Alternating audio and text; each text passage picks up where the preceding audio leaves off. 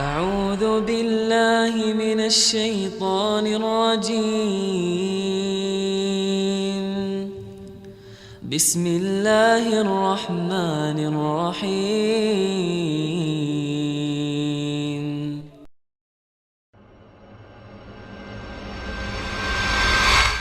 Nabi SAW bersabda, "Idza marartum bi riyadil jannati farta'u."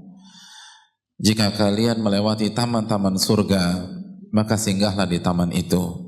Berekreasilah sejenak di taman yang penuh dengan pesona. Hadirin yang dirahmati oleh Allah Subhanahu wa taala, kembali bersama tema menjaga pesona taman surga atau majelis-majelis ilmu. Karena sebagaimana yang telah kita katakan, bahwa tidak semua yang berekreasi ke taman surga mendapatkan pesona taman surga, dan tidak semua yang mendapatkan pesona itu bisa menjaganya dalam waktu yang lama. Betapa banyak yang hanya merasakan pesona itu dalam jangka waktu 1-2 hari atau 1-2 minggu, lalu pesona itu pudar dan ia tidak mendapatkan keberkahan dari ilmu yang ia pelajari. Maka apa saja yang harus kita lakukan untuk menjaga pesona itu, menjaga keberkahan itu, sehingga bisa meresap di dalam hati kita dan kita bumikan di dalam kehidupan kita. Kita sudah membahas kiat yang pertama apa, hadirin? Apa kiat yang pertama? Membersihkan hati dan niat dari segala bentuk penyakit-penyakit hati. Dari segala bentuk. Dan yang kita tekankan pada pertemuan yang lalu adalah virus ketidakikhlasan dan virus kesombongan. Dan bukan hanya 2 virus ini saja, tapi semuanya. Sekali lagi saya tekankan, Abdullah bin Ubay bin Salul ngajinya dengan Nabi SAW, namun tidak mendapatkan manfaat sama sekali. Dan ia mengaji bukan hanya 1-2 kali majelis atau 1-2 minggu kajian, tahunan. Kenapa demikian? Karena ia awali dengan hasad ke Nabi SAW. Karena kekuasaan yang di depan mata direbut dalam tanda kutip oleh Nabi kita SAW, maka timbul hasad di dalam diri dia. Maka ayat-ayat Al-Quran yang dibahas di hadapannya dan langsung dibahas oleh guru terbaik di dunia tidak membawa pengaruh apa-apa. Bahkan ia semakin kufur. Nilai-nilai kemunafikan semakin mengakar dan tidak membawa manfaat apapun juga. Oleh karena itu, para penuntut ilmu adalah orang-orang yang senantiasa membersihkan hatinya dari noda-noda ketidakikhlasan, kesombongan, hasad, kebencian. Karena yang kita pelajari adalah ilmunya para sahabat dan karakter para sahabat, ruhama'u bainahum, sangat sayang dengan umat Islam. Bagaimana mungkin kita ngaku mengikuti para sahabat tapi benci sama A, benci sama B, dendam sama C, kesel sama E. Hadirin yang dirahmati oleh Allah, kata Syekhul Islam Ibnu Taimiyah ketika menerima kedatangan muridnya memberikan kabar gembira tentang kematian salah satu musuh besarnya, apa kata Syekhul Islam Taimiyah? Apakah beliau sujud syukur? Apakah beliau kata alhamdulillah doa saya dikabulkan oleh Allah? Beliau mengatakan, apakah engkau ingin aku bergembira dengan kematian seorang muslim? Subhanallah. Ini musuh besarnya, hadirin sekalian. Maka beliau takziah dan beliau berbicara kepada keluarga yang sedang berduka. Anggap saja saya seperti kepala keluarga bagi kalian. Apapun yang kalian butuhkan minta kepada saya, maka saya akan berusaha mewujudkan hal tersebut. Makanya sebagian orang mengatakan kami sampai berpikir alangkah indahnya menjadi musuh Syekhul Islam Ibnu Taimiyah. Jadi kalau musuhnya saja digitukan, apalagi yang lain. Itulah para penuntut ilmu, nggak ada dendam. Hatinya penuh dengan kasih sayang. Makanya kan teori atau kaidah di dalam dunia ilmu apa? Al-ilmu rahimun baina ahli. Ilmu itu membuat sesama penuntutnya saling mencintai satu dengan yang lain. Saling menyayangi. Bukan saling hasad, bukan saling benci.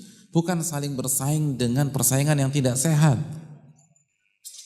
Itu bukan ilmu. Ilmu itu membuat kita saling mencintai satu dengan yang lain. Maka jaga diri kita dari noda-noda tersebut. Itu kiat yang pertama. Kiat yang kedua, agar kita bisa menjaga pesona ilmu tersebut di dalam kehidupan kita sehari-hari. Kiat yang kedua, para penuntut ilmu harus memiliki konsep selalu mendekat kepada Allah, selalu melibatkan Allah Subhanahu wa Ta'ala dalam setiap langkah mereka, dalam setiap kebijakan mereka, dalam setiap aktivitas-aktivitas mereka. Karena inspirasi mereka adalah surat Ali Imran ayat 191. Alladzina yadhkuruna Allaha qiyaman wa qu'udan wa 'ala junubihim. Mereka adalah orang-orang yang senantiasa mengingat Allah pada saat mereka berdiri, atau pada saat mereka sedang duduk, atau pada saat mereka sedang berbaring. Senantiasa hati-hati para penuntut ilmu terpaut dengan Allah Subhanahu wa Ta'ala. Ketergantungan dengan Allah, memiliki rasa tawakal yang dalam kepada Allah Subhanahu wa Ta'ala.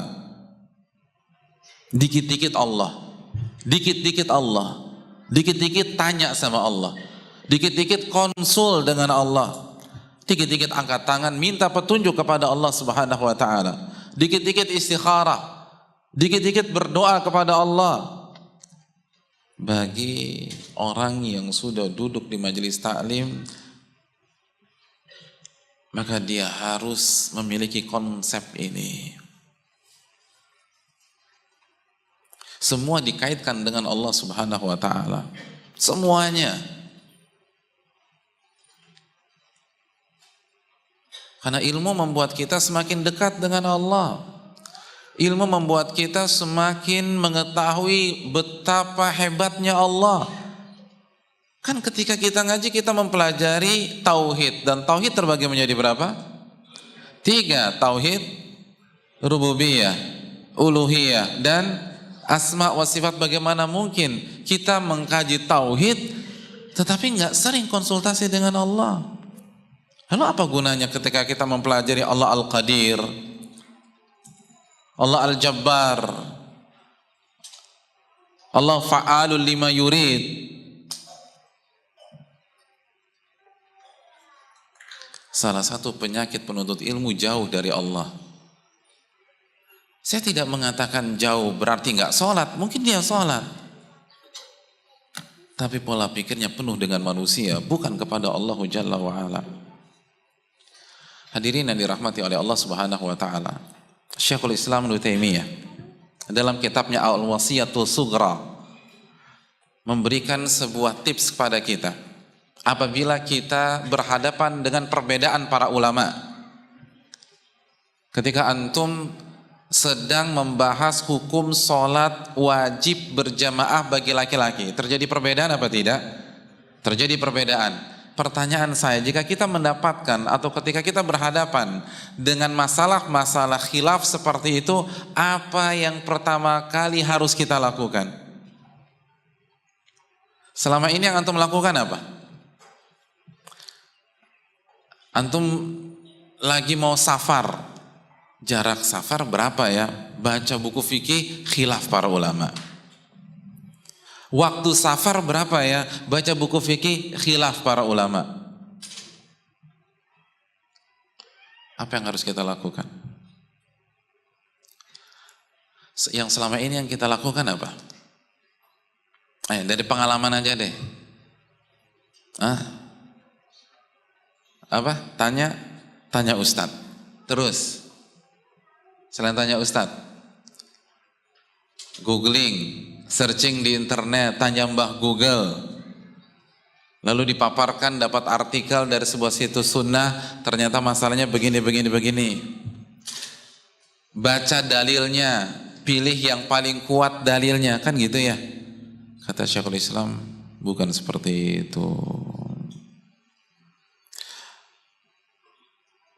Bahkan kata Syekh Saleh Al-Utsaimin, itu aib bagi para penuntut ilmu. Luar biasa. Berarti kita harus taklid Pak Ustadz? Bukan juga. Kata Syekhul Islam Taimiyah, yang pertama kali Anda harus lakukan angkat tangan doa kepada Allah Subhanahu wa taala.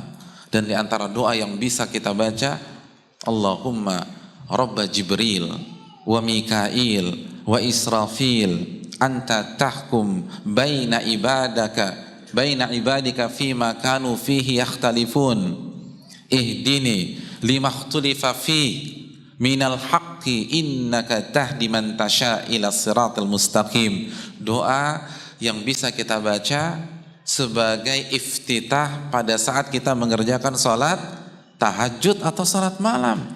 Allahumma, ya Allah, Rabbnya malaikat Jibril, Mikail, Israfil, Engkaulah yang memutuskan jika ada hamba-hambamu yang berbeda pendapat, yang berselisih. Berilah aku petunjuk di dalam masalah yang diperselisihkan mereka. Engkau memberikan petunjuk kepada orang yang Engkau kehendaki ke atas jalan yang benar. Doa kepada Allah. Makanya tadi saya katakan, Syekh Shalih Al-Utsaimin mengatakan, apabila saat kita menghadapi sebuah masalah fikih, masalah ilmiah, yang pertama kali kita lakukan adalah baca dalil, baca penjelasan para ulama, tanya ustadz, kata beliau itu aib, tidak pantas seorang penuntut ilmu melakukan hal demikian. Kenapa demikian? Karena itu menunjukkan minimnya ketawakalannya kepada Allah. Itu menunjukkan bahwa dia mengandalkan otaknya sendiri, mengandalkan daya analisanya sendiri, mengandalkan kecerdasannya sendiri. Hadirin yang dirahmati oleh Allah Subhanahu wa taala, kenapa dia tidak andalkan ilmu Allah, taufik dari Allah, hidayah dari Allah Subhanahu wa taala? Doa dulu baru baca dalil. Doa dulu baru tanya ustaz. Doa dulu baru searching artikel-artikel di internet. Karena kalau Allah nggak kasih taufik, Allah tidak kasih hidayah, itu mau baca artikel 10 kali nggak akan paham. Namun sebaliknya, kalau Allah berikan kita taufik dan hidayahnya, maka kita akan mudah menentukan pendapat yang rajih. Betapa banyak orang baca artikel pertama, artikel kedua, artikel ketiga tetap aja salah bersikap. Baca artikel pertama, baca kedua, baca ketiga, tetap aja yang diikutin hawa nafsu lagi. Tanya Ustadz A, tanya Ustadz B, tanya Ustadz C, cari pendapat yang paling mudah. Karena nggak ada mendapatkan taufik dari Allah, tidak diberikan hidayah oleh Allah Subhanahu wa taala. Doa kepada Allah. Para ulama kita itu berdoa minta kepada Allah.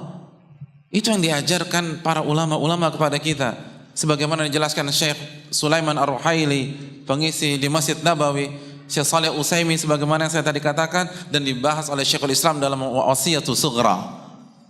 Minta kepada Allah. Kalau dalam masalah ini saja kita lupakan Allah, apalagi masalah kehidupan sehari-hari. Berdoa. Makanya para ulama seperti Syekhul Islam, seperti Abu Hanifah, ketika ditanya dengan sebuah pertanyaan dan mereka tidak bisa jawab, mereka lupa dalil atau jawabannya, apa yang mereka lakukan? Langsung searching internet, istighfar kepada Allah Subhanahu wa taala. Ini gara-gara dosa nih saya jadi lupa ayatnya. Istighfar kepada Allah, ini gara-gara dosa saya lupa hadisnya. Kayaknya dulu pernah baca, tapi berusaha ingat, nggak ingat lagi, gara-gara dosa. Wa ma asabakum min musibatin fa bima kasabat aydikum. Apapun yang menimpa Anda itu kan disebabkan dosa-dosa Anda. Kaitkan dengan Allah.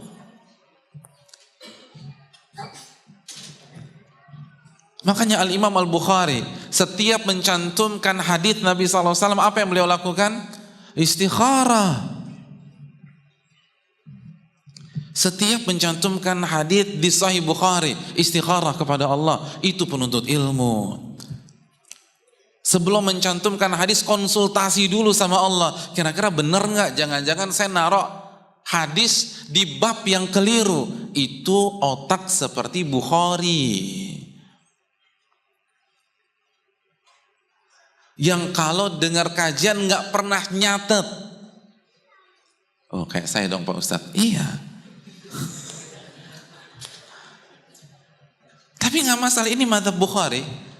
Jadi antum bisa berargumentasi dengan saya ini madzhab Bukhari Pak Ustadz, nggak masalah. Karena beliau akan catat di rumah secara sempurna. Dan terkadang jarak antara kajian dan rumah beliau 1 bulan perjalanan. Dan saya yakin antum-antum yang nggak nyatat akan nyatat di rumah juga.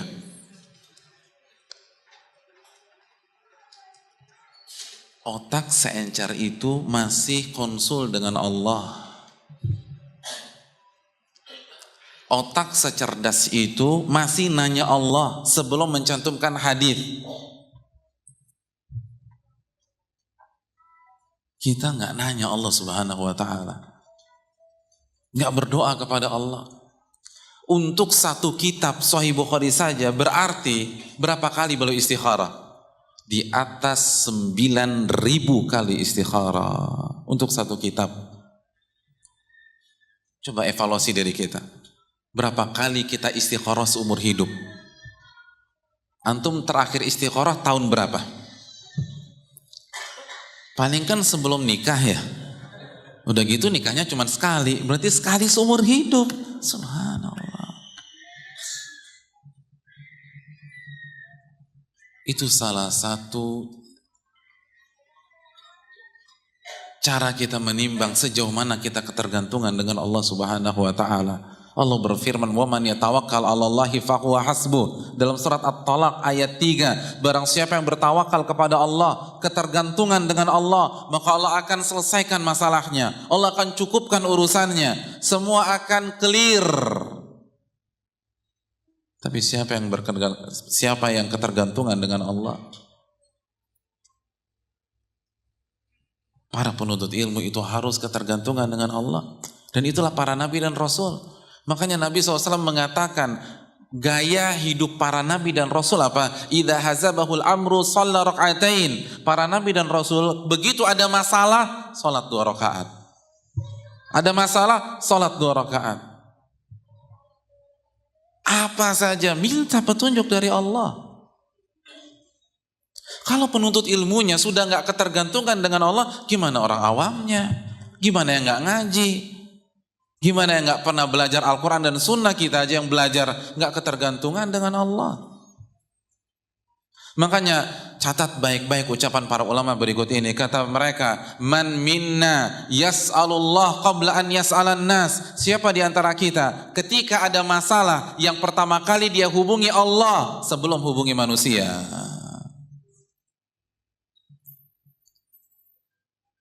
Di tengah jalan mobil antum mati mesin. Siapa yang pertama kali kita hubungi?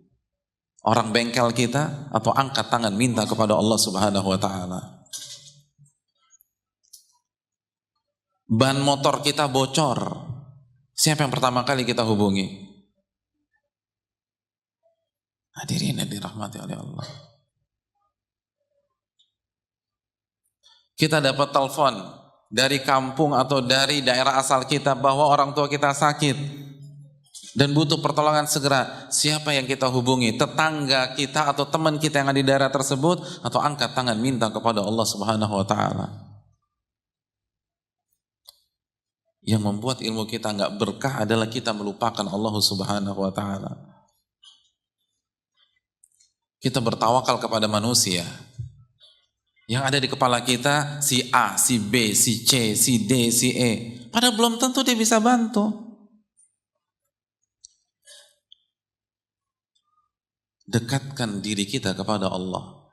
Ketergantungan dengan Allah. Kun ma'allah, kata para ulama. Senantiasa bersama dengan Allah Jalla wa'ala. Kita punya kesulitan ekonomi, angkat tangan minta kepada Allah. Ada masalah keluarga, doa kepada Allah.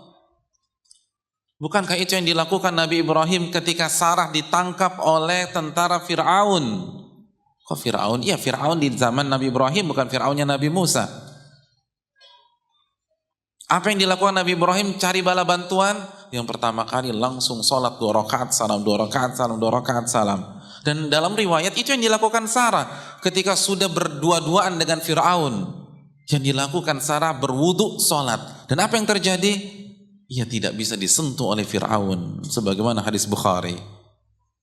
Setiap Fir'aun mau menyentuhnya, sekujur tubuh Fir'aun kaku dan ngemis kepada Sarah. Siapa yang meragukan kekuatan Allah Jalla wa'ala? Minta kepada Allah. Doa kepada Allah Tabaraka wa ta'ala. Ini kunci sukses agar kita berkah di dalam ilmu kita. Semakin ngaji semakin dekat kepada Allah.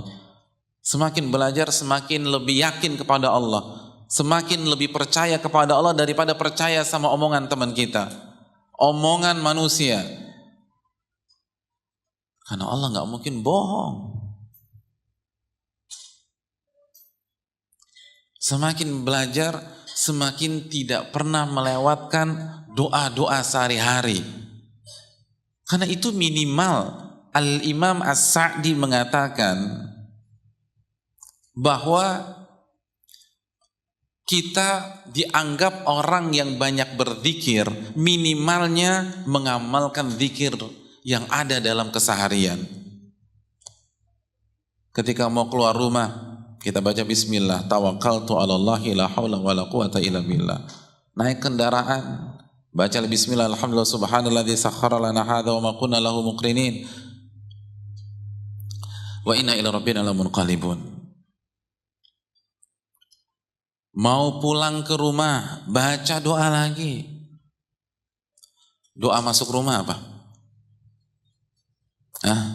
Doa masuk rumah. Kok nggak tahu? Terakhir pulang ke rumah bulan apa? Loh, kalau tiap hari pulang ke rumah kan nggak mungkin lupa hadirin. Bismillah. Lalu ucapkan salam. Kalau nggak ada orang kita baca assalamu alaina wa ala ibadillahi sholihin sebagaimana hadis Ibnu Umar dalam Adabil Mufrad diriwayatkan Imam Bukhari. Ustadz masa masuk rumah aja baca bismillah? Iya.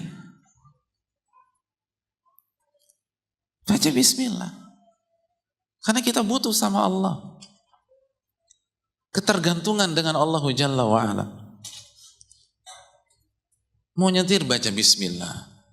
Mau ngapain baca bismillah. Nabi SAW mengatakan kullu amrin dzibalin lam yubda bismillah fahuwa abtar. Setiap aktivitas positif yang tidak diawali dengan bismillah maka hilang keberkahannya. Hadis riwayat Imam Ibnu Hibban dan yang lain-lain dan dihasankan oleh Al-Imam Abdul Aziz bin Baz rahimahullahu ta'ala.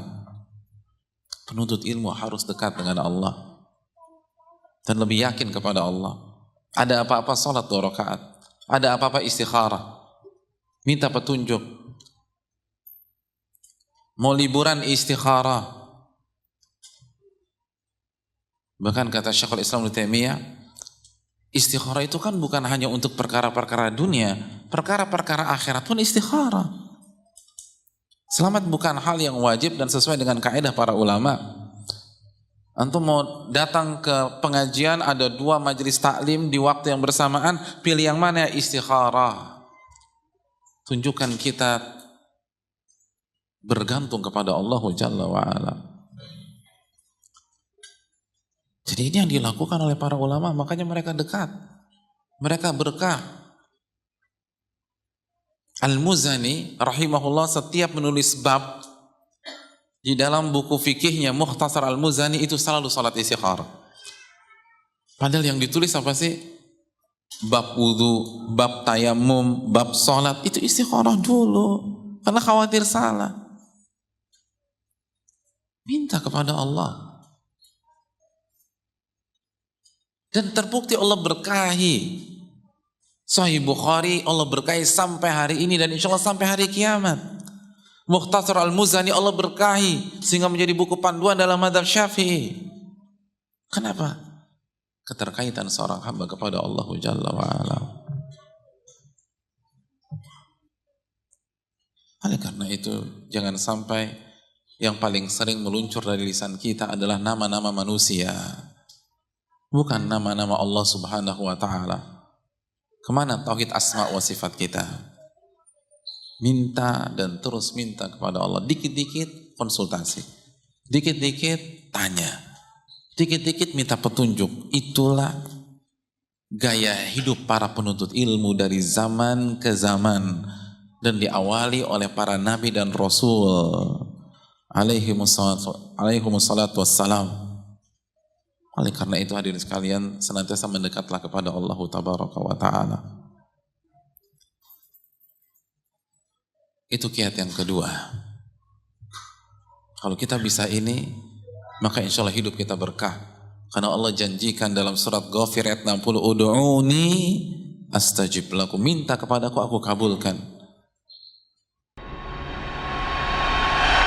أعوذ بالله من الشيطان الرجيم بسم الله الرحمن الرحيم